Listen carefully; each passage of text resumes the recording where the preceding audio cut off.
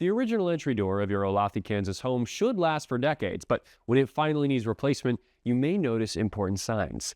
These include the following. The door has rust or structural damage. This weakens the door and lessens home security. The same is true if it's suffered pest or water damage.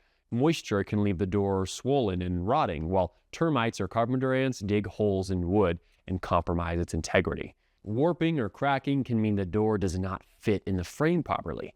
It may be challenging to open or close. Moreover, it might let in drafts or warm air might escape in the winter. Heat transfer like this makes the home less comfortable and causes your heating and cooling system to work overtime. You may experience higher utility bills and spend more on HVAC system breakdowns and repairs. Decide whether you need a slab, just the door itself, or a pre-hung door in a door frame. Select the door color, material, and type. Steel doors are the most secure, but French doors have a window so you can see who's calling before you answer the door. Call Midland Exteriors in Olathe, Kansas at 855-735-8255 for expert entry door replacement.